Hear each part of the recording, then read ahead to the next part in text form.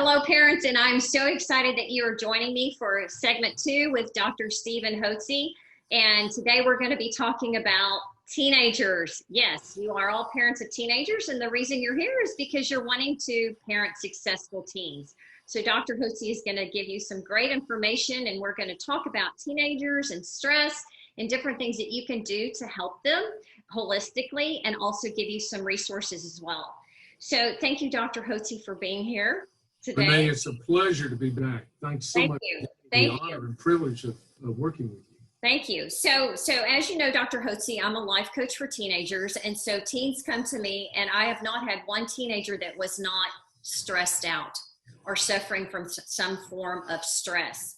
And as you talked about in the previous video, and I would like to encourage parents to make sure, if you haven't watched that yet, to go watch the video with Dr. HOTZE and I, where we're talking about you and your health and how important that is, that you're taking care of yourself too, in order to minimize that stress in your family and also that stress with your teenagers. So what do parents need to look for, Dr. HOTZE, if their teenager is stressed in their home? What are some things, what are those signs of stress that they need to be, that needs to kind of trigger an alarm that they need to do something about it? Well, that's a good question. I can speak to that from experience because Janie and I, and we've been married 51 years, have 8 children, and we have 24 grandchildren. Wow. So we've been through the teenage years. My wife has. Imagine raising 8 children, 5 girls and 3 boys. Now we have 7 living. We lost a son years back, about 30 years ago, unfortunately. But so we went through those teenage years, and of course, we know what stress is, and a lot of the stress comes to these kids through peer pressure. Mm-hmm. Do things that they're taught by you they shouldn't be doing, but you and I can both go back to our teenage years when we knew we weren't supposed to be doing certain things, but we went out and did them anyway, right? I went to boys' school here in Houston, St. Thomas High School, and it was all male. Well, you can imagine what we're all in our teenage years, and the testosterone's coming out, and it was wild and woolly. It's amazing that we're still alive after some of the stunts we pulled. And your kids are going to be tempted to do a lot of those things. You probably do them a lot. You're going to have to, you'll find out about them. You have to sit down and have a hard heart-to-heart talk with them about that. But they're under stress from peer pressure. They're also under stress because they don't know what they want to do with their lives. They're thinking, and they don't know what they want to grow up and be, but they don't know what they want to do. A lot of the kids come from broken homes, and they don't really have the good parental supervision, studies that they have to do. And they may not be valedictorians of their class. They struggle with academics. They may have problems with they can't really focus well. What can be done? Well, you have to understand that it's natural in life to be under stress. Stress can be either good or bad. Stress is one of the reasons we get up and get out of bed every day and go to work or take care of everything that has to be done at home or at work. Raising the kids, getting them up, getting them dressed for school. Let me just tell you what can cause kids, first and foremost. This is the most important thing that I can tell you about your children. One thing that causes stress is their eating habits. Yes. And I don't have to tell you that kids, and maybe you're the same way, don't eat healthy. Most Americans don't eat healthy. They eat a bunch of prefabricated food. Sugar. And sugar is the big one. The kids eat that all the time, and it's not only the sugar, but oftentimes it's the coloring and the dyes in the sugar that also causes problems. But the common foods can cause problems, and I mentioned this in the earlier program. If a person has an allergic disorder, if they have chronic sinuses or ear infections and throat infections, they've been on antibiotics, they have bronchial infections or asthma, that's a sign of an allergy. They commonly have concomitant or combined food allergies, and the common foods that can cause food allergies are the big 6: wheat, corn, egg, milk, yeast, and soybean. And let me give you an example. When I started my practice here at the HOTZE Health and Wellness Center in 1989. And I'll tell you how I started it. I started it because in 1976 at my graduation, after my graduation, my dad held a banquet for me at the Houston Club. And over dinner, he turned to me and said, "Son," I said, "Yes, sir." He said, "Son, don't poison your patients like all the other doctors do." Oh. That wasn't a recommendation. It wasn't a request. It was a command. And it planted a seed in my mind that ultimately gave birth to the Hotze Health and Wellness Center. And I believe God's given the body amazing restorative power that if we put the right molecules in the body will heal itself. Absolutely. I'm not a big advocate of pharmaceutical drugs. So there's a place for that in certain situations. Don't get me wrong. Somebody has a bad infection, of course, antibiotics can be helpful on that. But if a person is recurrently sick, if your child's recurrently sick and they have infections, that's telling you they don't have a healthy immune system. Just ask your doctor, conventional doctor, how do I build up their immune system? That kind of disaster. He called me up and said, "Son, I want you to come over here to see me this morning." And he wasn't happy. Well, I read an article that he gave me by Dr. Julian Whitaker, who did natural approaches to health out in California, and it was about heart disease. And I started going to vitamin courses, and I went to allergy courses, and that's how I started my practice in allergy. And I treated for airborne and food allergies. I treated for yeast problems that people get from taking antibiotics, and I use vitamins and minerals. So I want to talk to you, Dr. Hotze, about things that I noticed with my clients, that there, with the male and the female, there seems to be a little bit of a propensity, because stress can manifest itself in different ways. Right. Headaches, stomach aches, sweating, anxiety. It can develop into panic attacks. I get the whole idea. Panic attacks, all of that. But I'd like for you to address, if you will, migraines. And I know that with the females, there is a tendency to run out and get the daughters on birth control pills. With the males, there's some kind of drug, I don't remember what it's called, but there's some kind of drug, very powerful drug, that is prescribed for migraine. So I would like for you, because that seems to be the stress is causing, I think is causing these kids to have the migraines.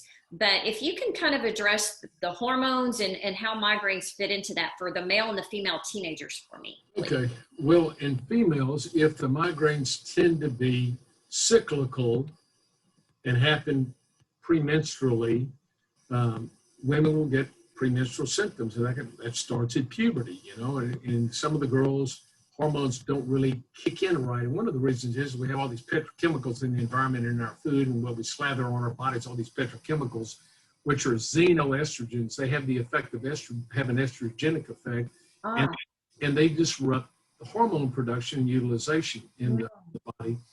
And so we see that. And then women will get premenstrual symptoms. They'll get mood swings, they'll get fluid retention, they may get weight gain, they get breast tenderness, they get headaches, and even migraine headaches. If it's cyclical, then it's very common that this is a hormonal, which can be easily treated, even in young girls, by giving them just a little progesterone day 15 through 28. Not birth control pills, the periods may be irregular. OB-GYN, they'll slap them on some birth control pills with counterfeit hormones, which don't treat the underlying problem. The underlying problem commonly in these women, and even adult women, when they get migraine headaches, this is not an uncommon symptom at all. If they're cyclical, then they're hormonal, and they can be easily treated with natural progesterone. So, but if they're not, if they come on at various times during the month, and it doesn't seem to be related to any, it's not cyclical, then it may not be hormonal, and it can be caused by chemicals in the environment can cause that. Obviously, stress can cause that. It can be. It can also be caused by foods, and I mentioned the common foods: wheat, corn, egg, milk, or soybean. And it can be caused by a magnesium deficiency. Most Americans are low in magnesium. I have a lady on my staff who works with me very closely. Who we tried to treat her migraines with some natural progesterone, which gave her a little help, but she had them intermittently throughout the month, and she was spending $50 every time she took one of these capsules. Right. Some medication for migraines. And I visited with a physician that had written a book about the Magnesium Miracle. Carolyn Dean, it's a great book. And so we were talking to Carolyn Dean. I did a podcast with her, and she was talking about how low magnesium levels can adversely affect a woman, cause them to have migraines. So I put this lady on my staff and said, why don't we try some magnesium? And she had dramatic results. Oh, magnesium. So magnesium, you can get it as magnesium citrate or glycinate and take that, 600 milligrams a day. And that can be a godsend when the hormones weren't the only thing. I've had patients, because I do allergy treatment as well, I've had patients that have had certain foods that set off their migraines. Remember, when you have an allergy, it causes your body's cells, called mast cells, to release histamine. It goes to your brain. Yeah, it can affect the brain, and it can cause, ADD symptoms. It can cause migraine headaches. It can, cause mood swings. It can cause rashes. It can cause digestive problems. It can cause, recurrent chronic sinus problems. Can just be from foods combined with airborne allergies as well.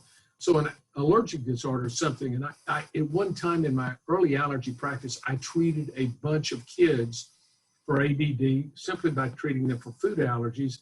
And we could literally take dilutions of different foods, drop it under their tongue, and we could turn on and off their behavior. Wow. Now, let me give you an example of this. When I first learned about allergies, food allergies, I went to a conference in Kansas City back in 1990, something like that, way back. And I went out to dinner with the first time I'd really been introduced to the concept. I heard about food allergies, not taught it in med school, of course. No. Dr. Brostoff has written a 1,000-page text called Food Allergies, which is fascinating. Anyway, so I went out to dinner with some of these docs that were teaching the course, and I said, I've got a son, and he has these explosions of anger. My wife would call me up and say, David's out of control. I mean, can you do something? What are we going to do with him? And so I asked the doctor, I said, my son sometimes has terrible outbursts of anger for no reason whatsoever. And he said, bet he's got a milk allergy. A milk allergy? So I called up my wife that night. I said, does David ever drink any milk? He drinks a gallon a day. And what we find is that with patients that have food allergies, they crave the very things they're allergic to because it helps neutralize the symptoms. So I asked, so we took him off milk and his behavior improved dramatically. By the way, you don't need to have milk to have healthy bones, folks. All the mammals in God's creation only drink milk until they're weaned. After that, where do they get their calcium? Grass has got calcium. Anything green's got calcium in it. Mm-hmm. Plenty of calcium through eating healthy, eating green. Yeah, eat your broccoli, son. Eat your spinach. And most kids turn up their nose at that, but that's the way they can get good calcium and keep their calcium levels good and keep their bones strong. So you don't need milk for that.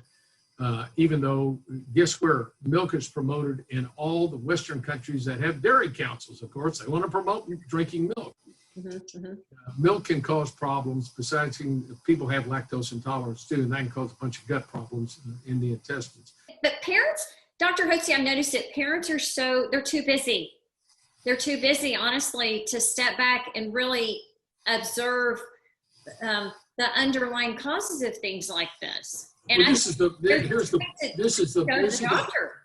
this is the problem with conventional medicine. You go to the doctor and they're going to give you a pharmaceutical drug. Just like that. Medicate the symptom. But it doesn't address the underlying cause of the symptom. Clean up his eating program and see if he wouldn't do better if we cut out the sugar and we cut out some of the foods and see if he's allergic to that. They can be tested for that. Or you can do an elimination diet, which I talk about in my book, Hormones, Health, and Happiness, which you can do an elimination diet and just see, and challenge these various foods. And I've discussed how that can be done to determine whether or not these foods are causing any problem. You eliminate the food for a week, and that on the 7th day in the morning, you give them that one food and that food alone, see if they have any reactions, runny nose, cough, congestion, mood swings. If they don't have any, give it in 2 hours and don't give it any more for the next 48 hours and see if they have any delayed food reactions. That's the way you test the food. And the big six are wheat, corn, egg, milk, yeast, soybean. They're in all the processed foods. So that's one thing. And again, then you got the chemicals in the foods, and that's the petrochemicals, and they are also hormone disruptors. There's xenoestrogens, and they can affect moods, and they cause headaches. You could look into the Feingold, Feingold. Dr. Feingold stressed the various dyes and how the dyes can have adverse effect on individuals. So that's something you need to look at. You need to look at what's going into their bodies. By the way, I don't recommend pesticides sprayed in the home, that can cause a host of health problems, not only in kids, but in adults, and it's not healthy for you. It causes a host of health problems, and in males, they dramatically decrease test. Another thing, commonly we see in kids is low thyroid. And oftentimes the kids are acting up because they feel themselves going low, and they've got to try to stimulate themselves to go higher. So that's the way they overcome this feeling of tiredness. They get hyperactive, and we've treated kids with thyroid. Males as well. Excuse me, doctor. Boys as well. Yeah, boys and girls both. Okay. Absolutely. I always think sometimes I think of thyroid as just a female thing. I know males can, but you're seeing teenage boys that have thyroid issues. Yeah, and we have treated kids as young as, several months old with thyroid. They fail to thrive. They just don't do well. They're listless. Wow. And we've given small doses of thyroid and absolutely had dramatic results with those children. So, and they'll never be treated by, I remember when we started treating, my pharmacist in my pharmacy went like, we're just not used to giving thyroid to little kids. I said, well, that's fine. We're not giving them, but very minute doses, just enough to kind of give them a jump start. And it has made some dramatic differences in children's lives. It's not perfect. It's not a solution for everything, but it's one of the modalities we use. Hormones affect the way you think, both male and female hormones, as I mentioned earlier in our program, it affects our neurofunction, our neurotransmitters. The hormones, both male and female hormones, affect the way we think and feel. And they're so stressed, especially in high school, I noticed, they're so concerned about the performance, and they're equating their self-worth with to their their performance. And parents are guilty of this too, Dr. Hotze, of connecting that, the satisfaction with their kid based on what they're doing or what they're achieving. And so because of that, it causes a stress. So I know that parents are watching this and they might be going, oh, my son or daughter's already on something, or I've just been thinking about taking my daughter to have it checked out or whatever. What tangible thing could you tell a parent to do in terms of being proactive? Like, what do they need to empower themselves with? Like when I go to physician, I have notes and I ask questions, and I want all my questions. So I'm very proactive. I'm like, hey, you're working for me, I'm paying you, and and a lot of people just accept what they give, whatever that is. So what would you tell a parent that's wanting to either thinking about getting their kid on some kind of medication or wanting to get them off? What can they do? Well, first, the problem is that most of us have been raised to think that we can take a pill to solve a problem. That's not the case. Because my first year in medical school, I took pharmacology. And in the pharmacology text, there's a chapter on detoxification of pharmaceutical drugs. What's the root word of detoxify? That means to remove toxins. The root word is toxin. What does toxin mean? Look it up in Webster's dictionary. First definition is one word: poison. So pharmaceutical products are dangerous, and they are always attended by a host of side effects. The doctor, if they're diagnosing properly, they're the ones who should be able to prescribe or not something, right? But the market is encouraging us to like, hey, I saw this ad on TV and this is what I need to take because I want to be like those people. So anyway, what can parents do if they notice their kids are under stress? Well, first, think about natural causes of stress. First, think about, could it be something physical? Could it be in their diet? And you'll be surprised in the number of people who will change their eating habits. Forget about diet. Don't diet. Right. Learn to eat to live rather than eat to live. Change the way you view food. Food is for your health. Potatoes, rice, corn products all convert to sugar. But just something naturally in a fruit or a veggie even. Yeah. Katie bar the door. Yeah. Well, there's some ways, and I don't recommend the yellow or blue or the pink packets, which are chemical counterfeits. I recommend using natural stevia, or you can use erythritol. These are natural sugars that don't convert to sugar in the system, don't raise the blood glucose level, and you can take them with impunity, and they're all natural. They sweeten fine, and that's what I use. And you can make cakes and cookies and all that stuff with it. I use the erythritol. I found out about it through you years ago, and it sweetens anything to anybody's sweet tooth. And you can cook with it. You can do all kinds of things with it. And I tell a lot of my clients, that's what they should be using, because I know that parents it's kind of counterproductive. Your teens are going through your kids are going through the teen years, and you're thinking, I'm just going to back off and kind of let them eat whatever they want to eat, do whatever they want to eat, because, we're trying to groom them to be independent. But yet when it comes to nutrition, it can be a deal breaker for their focus, for their academic success, Absolutely. for their mental health, their physical health, their spiritual and emotional health, their relationships.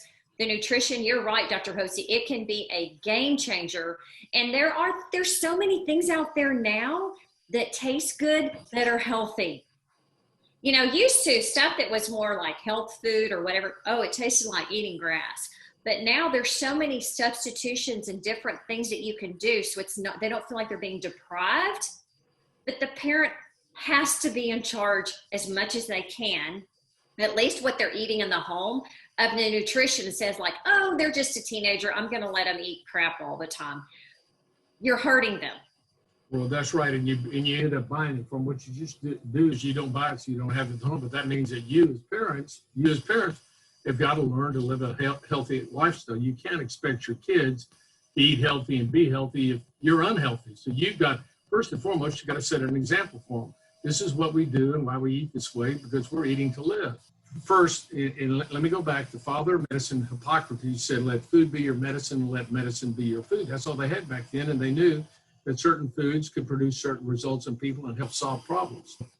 First thing, change your eating habits. Second thing, realize that even things that they do eat that could be healthy for them, they may, if they have underlying allergic disorder, may be an allergic problem. So clean up their diet, try to determine whether or not they have any food allergies. Those are the two most important things that you can do. And then what you need to do is you need to have as a parent, you need to have a listening ear and understand when your kids have a problem. You got to be able to sit down with them and discuss that with them. Let me tell you what I used to do with my kids every night as we were growing up. We always had a reading. We read Moby Dick. We read Swiss Family Robinson. We read Robinson Crusoe. We read all these books at a family time. I would sit down and read books to the kids. Then I'd have a Bible reading, and we would have a prayer time every night. That was just standard operating procedure in our home. That's what we did. Taking time to be with the kids in those formative years and setting an example for them, because they're going to follow your example. The way you eat, they're going to eat when they grow up and with their family. What you do with them and how you spend time with them, they'll do the same thing with their family. It's about spending time with your teens. Right. Also, and parents think, because I hear otherwise, is parents think that their teens really don't want to spend time with them. But I will tell you, they do. I see that in my practice, that they really do want to spend time with you, the parents. They want you to really just be good listeners and just hear what they have to say. And for parents, Dr. Hotze, that haven't raised their kids like you have, and like I did my daughter, it's not too late. It's not too late if their kids are teenagers now to start creating memories with them and being proactive in their life and in their health. And I'd like to circle back around, if I can, to the stress. And is this correct that stress can absolutely impact your immune system? Sure it can. Can you talk about that? And then we'll talk about what you've come up with that I'm so excited about for teenagers. And that's part of the offer for the parents today that has to do with that. Right. Well, obviously, stress does cause health problems. This can cause all kinds of health problems, chronic stress particularly, chronic pain, financial problems, loss of loved ones, kids that are having, that are not being... The pressure, all the pressures of life. All these cause stress on our life.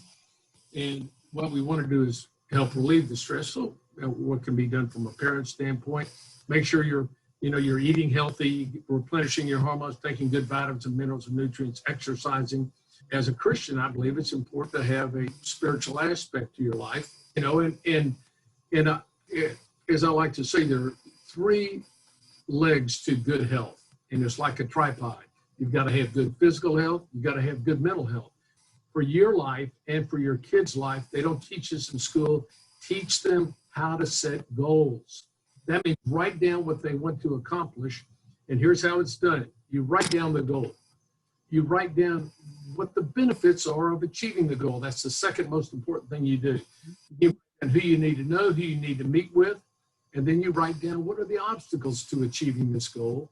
And then you write out your plan, put a date on it, and take action immediately towards that goal. If it's buying a book, calling up a friend, listening to a podcast, do something. And as you take energy and exert energy, all of a sudden your goal starts moving towards you. And most kids are not taught to write out goals. And they can't, if they come upon it, they stumble upon it. But those are some things that can be done as far as their mental focus. So they're thinking positive instead of being negative. They're thinking about positive things, what they can do proactively to be a success in life, and make sure they choose worthy goals. You want to have worthy goals. And success isn't defined about when you've arrived. Success is the progressive realization of your worthy goals. So you write out a goal and you progress to it, you're on the pathway to success. That's what you want to do. And you may never arrive. You may extend those goals out and you have new goals and you continue to push forward. So you're always progressing forward. And so that's the mental aspect of it. Of course, then I talked about the spiritual aspect of it. Right. And those things, so physical health, mental health, spiritual health are all important. In balance, they'll give you a really good, healthy life all the way around. If any one of those legs is short, it can adversely affect your overall health. And as we've said before, the health is just, that is so important, because if you're not feeling well, it's hard to do anything. But also it's about your immunity. And because of what we've been going through in our country during this time,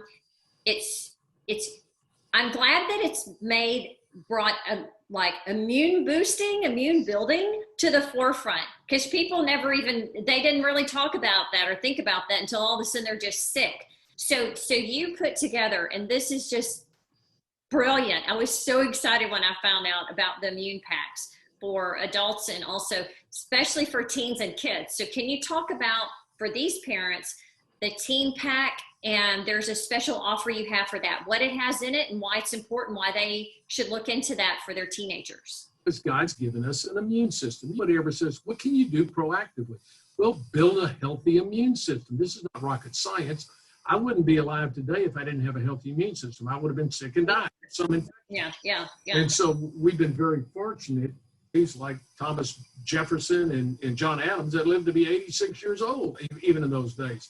They had healthy immune systems. You want to build up your immune system. And I have a simple plan for doing that, and it's what you learned in grade school. And you can sing it. A, B, C, D, and Z. Remember our alphabet? A, B, C, D, E, F, G. Well, vitamins A, vitamins B complex, high doses of vitamin C, D3, which is vitamin D. These all stimulate the immune system, as does zinc. Magnesium is very important and a good probiotic, and that would replenish good, healthy bacteria in the intestine. All of us are exposed every day, whether you like to hear it or not, anybody who's a germaphobe, to 1 trillion bacteria and viruses. Yeah. Mm-hmm. They live in our system, in our oropharynx, mouth and throat, in our nasopharynx, in our colon. We're loaded with bacteria and viruses. Why don't they tear us up and eat us up? Because we have an immune system that keeps them at bay and that has neutralized them, okay? And so you want to do everything you can to stimulate and build up your immune system. First, healthy eating habits is very important. We talked about that. Second is good vitamin and mineral supplementation. So we have an adult pack that contains those very vitamins. We have a teenage pack, and then we have a children's pack. And obviously, adults are going to take more vitamins and minerals than the kids will, adults-wise. But these are some things you can do now to be proactive and to help your kids keep their immune systems healthy. And that's what you want to do. The teenagers, they forget things, or, you have to make it so obvious and so easy for them to do anything. So that's what I loved about this when someone at your office showed me this, is like, it's a no-brainer. So they can put that box, the box can be on the counter in their kitchen. And so that's the kids pack. And for the teenage pack, and so can you open it up, Dr. Hotze, and show unfortunately, they're empty right now. It's a sealed packet. Sealed pack. It has everything in there. Right. The A, B, C, D, zinc, and the probiotic, right? And it's in there. So they just tear it open, take it, and that's one day. And then they do one the next day. So it's a no-brainer. So it's really easy, because I know there's a lot of pushback from parents on getting their teenagers to do anything consistently, anything. So with actually both of those right now, that you have, what you have for the parents, for the mom and dad, is that through the 2021 school year, there is specialty pricing for that. And I'm going to have the link for them, Dr. Hotze, to take advantage of that, because I think that you were so passionate about helping parents empower their families to boost that immune system, that you came up with this and said, it's so important that I'm actually going to give them, some specialty pricing. To kind of wrap up here, Dr. Hotze, what would be a challenge for the parents of teenagers that they could do in the next 24 to 48 hours to really focus in on their teens, their stress, their health? What could they do to feel empowered that they're moving forward in this? What would you want them to do that they could do right away? Mm-hmm. The easiest, simplest, and least expensive thing to do is develop new eating patterns. Got to decide to do them. So the one thing I recommend first, and the easiest thing to do and the least expensive thing to do, is to adopt a new healthy eating lifestyle. And I have a book. I think you have it there. I do have it. Yeah, I do have it. I have an optimal eating program, and you might consider purchasing that book. It's a modicum price, whatever it is. But give you some great healthy recipes that are absolutely delicious. You'll find out. And look, I know some of y'all are working moms, and it's tough to think about having to prepare, but this is not rocket science, But I've learned to eat keto friendly. If you don't know about keto, that's where you eat good healthy fats and oils, and let that be your source of energy rather than sugar. Sugar comes in, burns up very quickly, raises insulin level, drives excess sugar into fat. You get sugar high, sugar low, sugar high, sugar lows, and you're hungry all the time.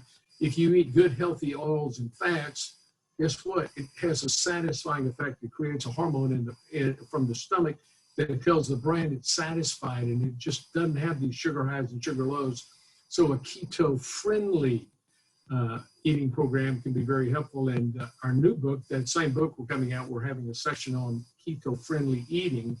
And I don't know when that's going to be out. But that's great. Okay, so that's great. That'll be coming out shortly. You can just go Google keto eating.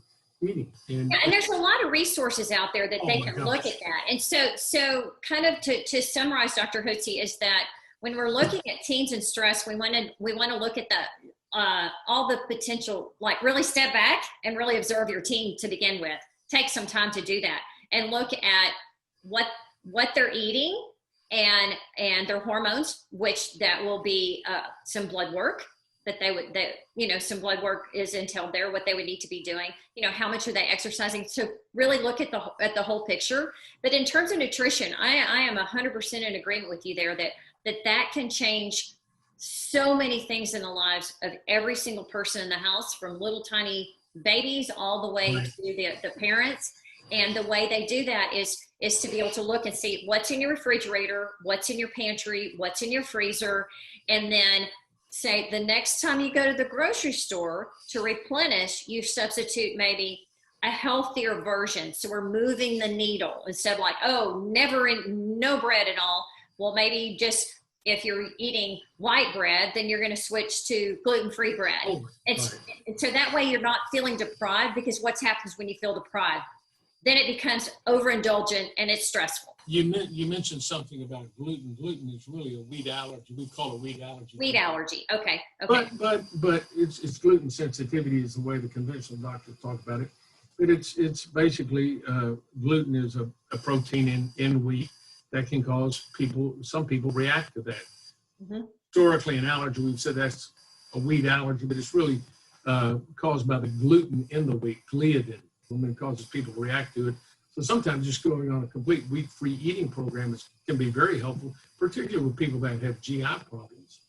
Oh, absolutely. Absolutely. So for parents, I'm going to have everything linked below of what Dr. Hotze and I have talked about today. They can go to your website, and I'll have the link there, and they can get a complimentary consultation. They can talk to somebody to see if they can get some resources and see if that would be a good fit to work with you. Mm-hmm.